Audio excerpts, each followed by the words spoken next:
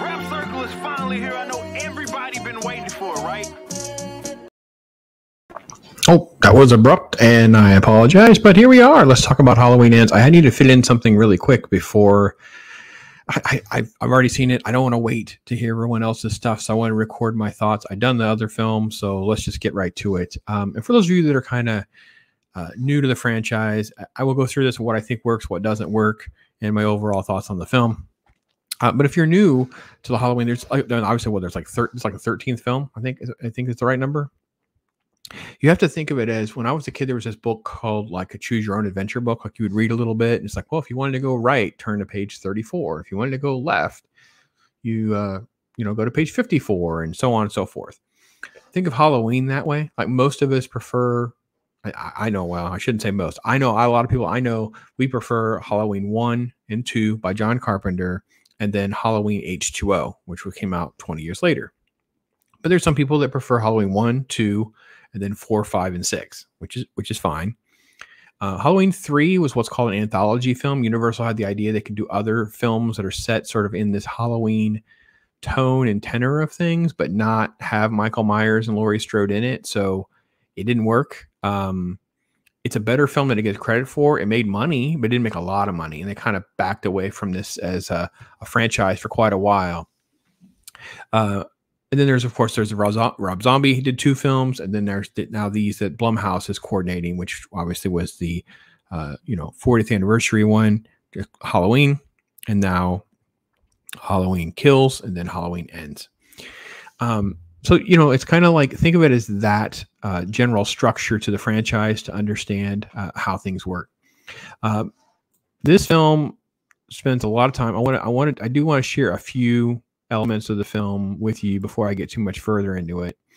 So let me stop this screen and share the other one, because certain elements do work very well, and I definitely want to give them their due.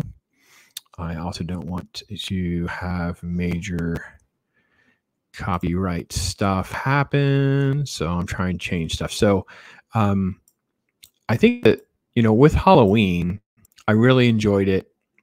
Enjoyed how it tied to the original film. I actually enjoyed Halloween Kills, except for a couple of pieces of it. So, for instance, the fact that the film, there's the hospital scene, there's the beating Michael Myers like he's so supernatural element they were trying to add to it, and all that kind of stuff. Those are the elements, but the way it tied to the original franchise, the way it continued to try to deal with these older characters, their PTSD, deal with that. And then, of course, it had this ending that continues the story. And this is like, well, okay, now what, right? Everybody wants to see what's exactly on this marketing material, right? Laurie Strode versus Mike Myers, right? All right, so the film starts off, and I have to admit, it's kind of a hook, right? We get like classic rock, like, tune in 95.7 rock, you get cool music, you get a nice little sequence, and you get this this babysitting sequence with this kid who is watching this family's little boy. So this couple's going to go out. This is Corey. He's introduced, and he's watching their kid as they're going to go out. By the way, good reference to use the 40th anniversary. They used The Thing, watching The Thing, which I love very much, of course. So there's The Thing with the head coming off. So the little boy's named Jeremy, and he is a punk. He tries to pretend to be a cool little kid or whatever. He's a complete jackwagon, and he basically thinks it would be cool to go run off and hide. He takes the knife out of the kitchen, goes upstairs and hides. There's talk about Mike Myers, and little boy's been like wet in the bed. He's all scared or whatever. And he tries to make Corey feel that way. Corey's like trying to be cool, but then Corey's kind of like, I'm 21, man. I'm not scared. And no one believes you, Corey. Anyway, Jeremy locks him in the attic, and he starts panicking. And then when he bursts out of the attic, 'cause he finds a knife on the stairwell. Then when he bursts out of the attic, he doesn't realize that the little boy is right there. And by the way, lots of spoilers. Sorry, I didn't say that. Lots of spoilers. So yeah, the little boy's right there, and he basically falls to his death over the stairwell, and you see Corey holding the knife. So of course the parents think he did it. And then we have the credits, and we have a time jump. And it begins with Laurie Strode, Jamie Lee Curtis's character, basically giving us sort of like the backstory of what's been going on. She's narrating, and she's catching everyone up on all of that. And you get basically, what had happened in Halloween. Halloween Kills, the death of her daughter, this confrontation with Michael. You think he's gone, but he's not gone. And she's trying to write this book, right? So there is sort of like already, I kind of had mixed feelings because I liked elements of that, but I already felt like we're trying to like create an overlap with like the Screen franchise. I think, Courtney Cox's character and Neff Campbell's characters both wrote books, and it was like this whole how they get through their stuff. I felt like there was a lot of that already right out of the gate, and I didn't care for it too much. And the film wastes time like with this story. Just the pacing of the movie is probably the biggest problem with this movie. You basically have now this all starts at around the 15-minute mark. Okay, so let's run through what actually is going to happen. You have Corey going around. He's going to get bullied. You set up some bullies, right? You have Allison. She has a job. She gets overlooked in her job because of this other chick who turns out to be sleeping with the boss, right? You have Laurie trying to write a book and get settled and be happy-go-lucky, but she's still very scattered. Obviously, Halloween is coming up, so she's kind of got issues with, she's on edge with all of that. And what Laurie has said in this intro is that the town had took that boogeyman Mike Myers thing, because when he vanishes from that last movie till now, basically it was like they all turned on each other. There were always crimes being committed, and it was always blamed on Michael Myers. And there's a shot of Frank, the cop. Well, Michael never used a gun, things like that, right? So it's just the town is full of just hate and distrust and maliciousness. Of course, with the Corey situation, he gets off, but people still think he's a murderer. And he basically works for the family's business at like a scrapyard, right? And he's late to work, and Dad gives him a little motorcycle, and this is the kind of stuff that we get in this intro, right? We get all this stuff that's happening here. Here's him getting the motorbike, right? This is him getting bullied, and he meets Laurie for the first time. She happened to be at the right place at the gas station, and of course takes him to the doctor where she meets Allison and Corey meet. They immediately she's immediately like wah over Corey. Like it was a little that was little not I miss the days where they were like these sweet innocent female leads in some of these movies. There's like a comment about I'll teach you to ride, and there's great. Now this is one of the better scenes in the entire movie. Is the supermarket scene where she's in the store, and do I have my little thing played up here? Let me see if I can get a little bit, because I want to make sure I play it, but then I got to pop the logo over it so that it won't copyright flag. I guess this was really some of the better scenes in the movie. Was Laurie Strode is in the grocery store, and she runs into Frank, the sheriff, right? And they have like a sweet little like flirtiness kind of thing going on. Well, look who it is. What? They're good for you. Well, I like to mix meats and make croquettes for the guys at the station. Yeah, so it's really sweet. It has some nice elements to it. I liked it a lot, actually. That was probably one of the best parts of the entire film was this scene, and then their relationship and dynamic. There's just not enough of Frank. Like it just kind of he totally gets forgotten for massive amounts of time. And then outside you run into this quick scene, which is supposed to represent like a consensus of the town, in that in the last film when Michael Myers was on his tirade, he attacked a black family, and you see the black man die. You see her still struggling. We presume that's her, that she was the neighbor who got attacked, and she lives a miserable life now because she did survive. And this lady is attacking Laurie, kind of giving her some blame, like, you agitated that man, you made him a monster, you made it worse, blah, blah, blah, which is kind of supposed to be the consensus of the town. The town hates her, not just Michael. And then we get to the costume party, and you see Corey in his little scarecrow mask that Allison gave him, and you have this sort of like dancing, and they take pictures together, and it's all so cute, it's all so sweet. He's just weird. And then finally, Jeremy's mom is there, which, by the way, why is Jeremy's mom at like a teen dance party? I don't know if this was like I don't know. It's not. She just happens to be there, right? And confronts Corey that he's an evil monster. He got away with murder. How could he be living a positive life and pretending?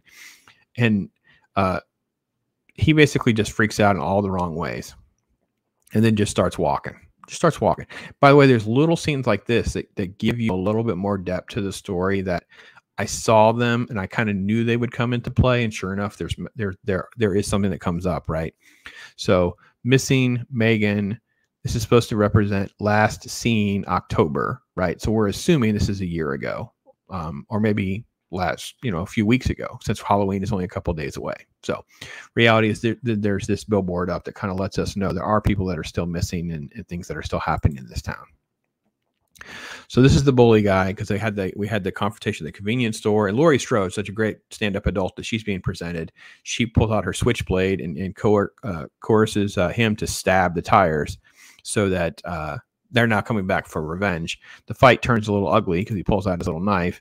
They end up throwing him over the edge, and he sort of passes out, and then basically ends up. They would have cut away. Their pacing is really kind of all over the map. Anyway, he gets pulled into this tunnel. There's a quick little shot of a homeless man in the tunnel. Obviously, this is where Michael has been. It's like a sewer or septic. Like it's just a big tube. And this is what's down there in the sewers. And you see Michael. And he just sort of grabs him by the throat and stares at him. This is one of the weirdest scenes, and it's supposed to matter a lot. So I want to try to make it work. We'll see. So he looks into his face and he sees the eye. So I wonder what kind of sound there is. I don't remember. Yeah, look at that. See? Looking at eye to eye. So there's a lot of looking in your eyes metaphors, right? We're going back to Dr. Loomis and what you see in their eyes. And it's like, okay, it's kind of a stretch. Because Corey has no real behavior. He's just in a miserable situation. And we are at the 40-minute mark. And this is what we have for Michael. By the way, we don't see Michael again for a while. You get into homeless guy stuff. The homeless guy attacks him, kind of like pulls out a knife. He ends up killing the homeless guy. He goes to see He goes to see his mom. His mom is a freaking psychopath. Lecture anymore. I really thought about Rob Zombies, where like they totally redid the Michael Myers origin, like this abusive family and mom and all that kind of stuff. And it's got a lot of elements of that in it. Anyway, so he basically is just getting pushed over the edge because he's finally killed someone, even though, maybe the context didn't make it what, kind of what it's being dramatized into. And then you basically are wasting all of this time where he's trying to show up to see Allison, go on a little motorcycle ride. And basically we waste all this time with it's like rom-com meets killer thriller movie where like the dude is a psycho, but it's like a rom-com. Like she doesn't realize that he's a psycho. I got beat up, but obviously he killed somebody. So we waste a whole bunch of screen time with this. First a diner scene. And there, by the way, it's a creeper cop. This is the creeper cop who looks way too old. Dude looks way too old to be after Allison, who looks like she's 20 something. Dude looks like he's in his late 30s or 40s, and like he's going whatever. I'm like, anyway, but he's killed a guy, so now he suddenly has like a little bit of confidence, and he stands up to the cop, like get out of here, blah blah blah. So what you're supposed to be going with is that Corey is transformed into something a lot more on edge, like he's capable of some things, right? And then you move forward where the cop goes after him, follows him, leads him down the tunnel, basically takes him to Michael.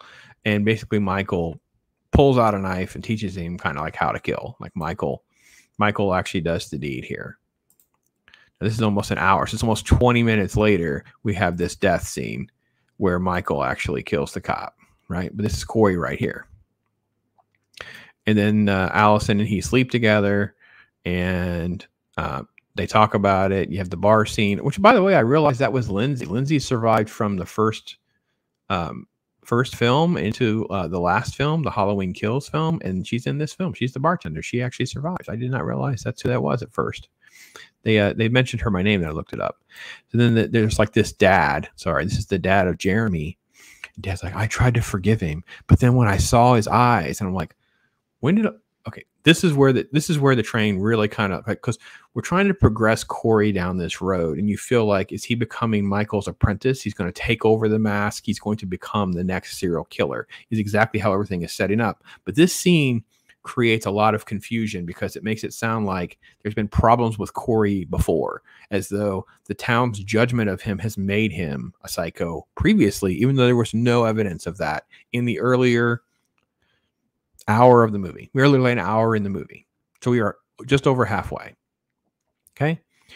And then you get to this doctor sleeping with this girl, right? So this is Allison's coworker and creeper doctor who gave her the promotion because he's gonna be getting it on with her, right?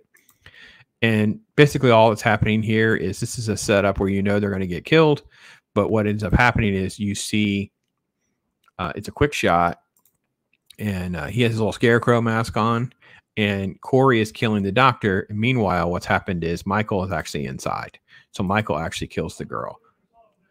Best scene, we have construction in the house, so if you hear a lot of voices and stuff like that, that's what's going on. So one of the best scenes of in the entire film, of course, he does the stab, leaves her hanging there, and then kind of gives her head sags. He turns his head to look, obviously the homage to the classic 78 film. Freaking great, right?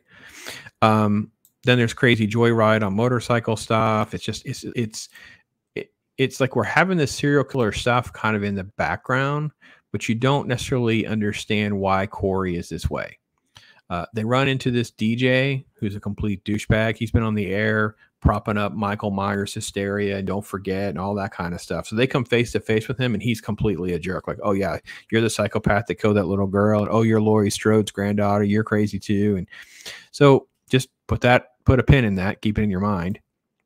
Because Corey's solution is just leave town. Like, I don't understand why he stayed in town all along anyway, by the way. And then out of the blue, oh, I'm sorry, I skipped a scene. This is how this scene, there's so much stuff being muddled together because we end up right at Halloween. Right before I do this, so he goes home and his mom basically slaps him and gets into a fight with him because he hates the Strodes and kicks him out of the house. Halloween. He slept in the Jeremy house, right?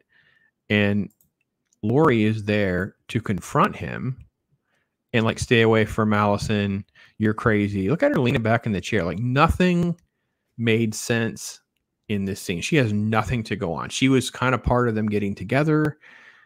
I don't understand why she thinks he's a monster. Like, there's been very little interaction to make any of this make sense. I would have actually, so spoiler alert for how I feel about the film, that I wish Laurie had been encouraging the relationship. This scene could have been more like, Allison was looking for you. We're worried. I was worried that you would be here. I understand. I've been where you are. I was attacked, blah, blah, blah. Don't let your past define you. Something, but not, don't stay away from the kid. Like, it doesn't make any sense. This doesn't keep, again. So we've had a little bit of the derail with one piece. Now we have another derail with another piece. And this whole Corey story arc, he's just shoehorned in the Laurie Strode, Mike Myers story. And we're all presuming that it's to take over the mask. That's literally the only explanation why any of this would exist. Otherwise, it doesn't make any sense with the last film. And with the last film, Michael was supernatural almost. He couldn't be killed. And here he's super weak. You feel like maybe the bodies and killing again is re-energizing him again to emerge on this Halloween. He looks like something has happened to him, whether it was that attack. Maybe he has like some residual effects. Maybe he had a stroke or something. I don't know. There's something wrong with him. Nothing is spelled out, of course. Anyway, back to the tunnel. And this is where you have the beginning of the last part of the movie. So we have about, with credits, let's see, credits are at, yeah, so there's a lot of credits. So this is like the last 25 to 30 minutes of the movie. He goes back to the tunnel, and his idea is to go in and take the mask. He's going to take the mask from Michael. And he says, you're just a man in a mask. And then he struggles with Michael and he takes the mask. And there's a quick shot where Michael sits up, like he's on the ground, he sits up. So it's like, okay, so now we're going to actually begin the best part of the movie. We've wasted an hour and 15 minutes with some moments here and there, plot threads shooting all over the place where they kind of they had pieces of a story, and they either had 2 films planned and made it into 3, or they didn't have, or something has changed and they had to redo this film. That's what I think. One of those 2 are what's happened, because this is when the film actually gets good. This to me seems like what actually was planned out, right? So he has the mask. So now they're fighting, they're bickering, all that stuff's happening. This is the dad is on location. This is Corey's dad. He's on location at the salvage yard, and Corey basically leads them there. So this is the 4-pack of bullies. Which, let me say this for Hollywood, in Universal in this film, the Blumhouse has done this, right? Blumhouse does this where they're not really woke. They will check the boxes and they will include. So we have like black minority, fat girl. I think, you just get characters that are included, but you don't necessarily always put them in like positive light. They're all for, crappy humans, but they're included. So they check some boxes or whatever. And basically it was all a trap. Corey's donned the mask. He's running around and he's killing people kind of as Mike Myers. And the one little punk, he gets the gun from the dad, but then ends up shooting the dad. So it's because that's not Michael. That's actually Corey with the mask on. So let's play that scene, because this is probably one of the better scenes. Yeah, bam, right in the head. Michael's not even there. So he's not even there. The bullet kills the dad, not him. All right, so that's how that played out. And then you cut to, so again, total ripoff of Rob Zombie. Corey goes to kill the mom. Kills his mom. And then he goes to kill the DJ. Killing of the DJ and the reset, because he has his music playing so loud he can't even hear this cameo of the hot blonde, which I don't understand why she's dressed like that for freaking working at her play. Anyway, so dude gets great death, by the way. Great death. They cut it. Corey cuts the tongue off. The tongue lands on the record. It's skipping. It was freaking great. That was actually the best part. Allison's looking for him. She's so dumb. Allison is a dumb character in this film. And Laurie knows like things have gone awry because she's trying to apologize to Allison and all that, but she just sort of knows things are getting out of hand or it's going to happen. She sets up a trap for Corey. She calls in like a suicide thing. And then whenever he comes in, she pulls the gun and shoots him. And there's a little bit of fighting. Now here he's on the floor. And she basically, so long story short is that she's lecturing him. He just grabs a knife and stabs himself. So now when Allison walks in, she thinks the mom that Laurie did it. It makes no sense. He's dressed. First off, why is he even in the house? Why is he dressed like Mike Myers? There was a mask on the floor, and I don't know if it's still in that shot or not. I don't know where else it would have been. There are so many elements that don't make any sense and just kind of derails into a mess. I have to keep moving because after Allison leaves, we hear Michael's in the house and we actually get the fight that we've all wanted. So it takes until the 1.5 hour mark. So 1 hour and 34 minutes before we finally get the two of them going at it. The scenes that we wanted, the fight that we wanted, everything we actually wanted doesn't happen until then. So it's very frustrating. But I will say it delivers. It is a lot of fun. It's a good ending, good fight. She holds her own way longer than she should be able to, but they do kill Mike, right? They kill Michael. He bleeds out. Then Frank shows up. The other black sheriff shows up, and they have this idea of, well, we can't do anything until we actually get rid of the body. So what they're going to do is they're going to take the body to the salvage yard and put him in like the crusher. There's a spontaneous like citizens just know to follow. In the last film they set that up, but in this film they didn't. It just happens. It's not a big deal, and I don't mind the fact that they put him in the grinder. It was pretty good. And then we kind of like have the epilogue where she's finishing the book. Allison's going to leave, and there was no after scene. See, I thought they had me too, because I really thought they were going to. Corey was dead. They'd go back in the house. They'd say, oh, there's a dead body inside or whatever. And people would go inside and be like, there's nobody in there. What are you talking about? And he and the mask were gone. You know what I mean? So like that'll be the next. He'll be the new Mike Myers, essentially. He's just a mental case, right? The town contributed to making him mad. Once he had his first murder, it was a taste of blood. These are the kind of things I thought they were going for. So the film, it's just a mess. It kind of went from the first one to the second one, now to this one. There are so many pieces that do work. It's very, very frustrating. Like, it's really one of these things, like, you know, with the second one, I don't understand why they convinced him to have such a supernatural thing where he's so, instead of having him be like the creepy boogeyman, he was almost like a Superman boogeyman because he could overcome, like, you know, taking a bullet and getting beat with a baseball bat. And in this one, he's this old man. At least that makes more sense on how she would be able to, because he's throwing her around at times. Like, I talk about Mary Sue syndrome. They definitely have Laurie taking a lot more punches and stuff than she should be able to. It wasn't clever as much as it was a physical fight, but it was still good. I enjoyed it. But overall, the film is kind of a mess. I think diehard fans are going to be very divided on even tolerating this film.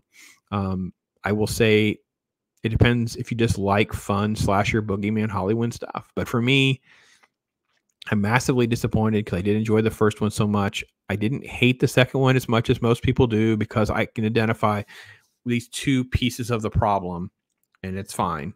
But I can enjoy the ride thinking that we're going to have a better conclusion. I really wish they didn't need, we either needed to have some of the Corey stuff earlier in the other movie, or maybe there were two movies, or I don't know what they were doing. And then I feel like they came up short. Like they wanted to make Corey the next Mike Myers, but then they wanted to stop just short or something. I don't know. I mean, I'll just presume he's dead, but I mean, you got to be honest. You didn't see the body. I mean, he gets killed, but you know how it is. And they decapitated him in H2O, and they came up with a reason to make another movie. So, you know, who knows what they might try to do.